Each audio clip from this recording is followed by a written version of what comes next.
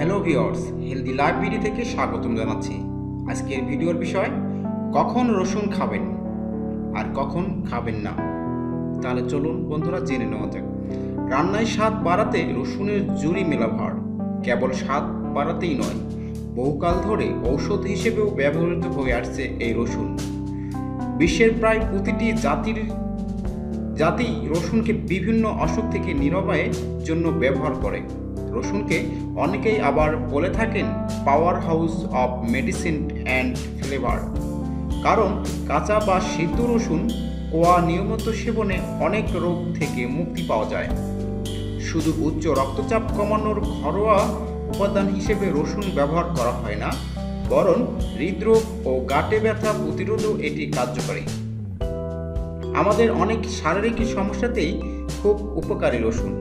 তবে এর শুধু যে উপকারী দিক রয়েছে এমনটি নয়, বরং রসুনের কিছু কিছু গুণের জন্য শারীরিক কিছু সমস্যা বেড়েও যেতে পারে। তাই স্বাস্থ্যকর হলেও কিছু ক্ষেত্রে রসুন এড়িয়ে চলাই ভালো। এক্ষেত্রে জেনে নিন কখন রসুন থেকে দূরে থাকবেন। লিভার সমস্যায় লিভারের সমস্যা থাকলে রসুন খাওয়া ছেড়ে দিন, কেননা রসুন লিভারের সমস্যা বাড়িয়ে দিতে পারে। হোমিওপ্যাথি ওষুধ, পেঁয়াজ রসুন হোমিওপ্যাথি ওষুধের কার্যকারিতা নষ্ট করে দিতে পারে। তাই হোমিওপ্যাথি ও ওষুধ কোর্স খেলে সেই সময় রসুন এড়িয়ে চলুন।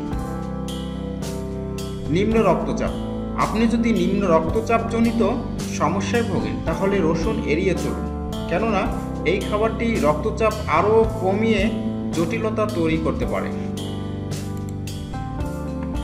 রক্ত স্বল্পতা, রসুন রক্তে হিমোগ্লোবিনের মাত্রা কমিয়ে দেয়।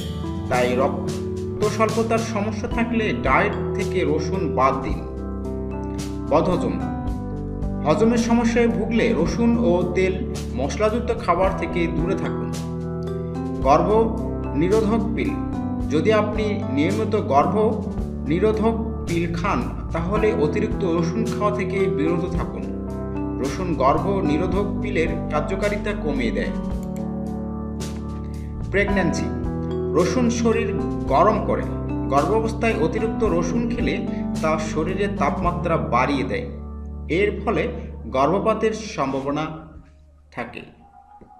ভিউয়ার্স, ভিডিওটি যদি আপনাদের ভালো লেগে থাকে লাইক, কমেন্ট এবং শেয়ার করবেন, আর অবশ্যই আমার এই চ্যানেলটি সাবস্ক্রাইব করবেন। তো ভালো থাকবেন, সুস্থ থাকবেন।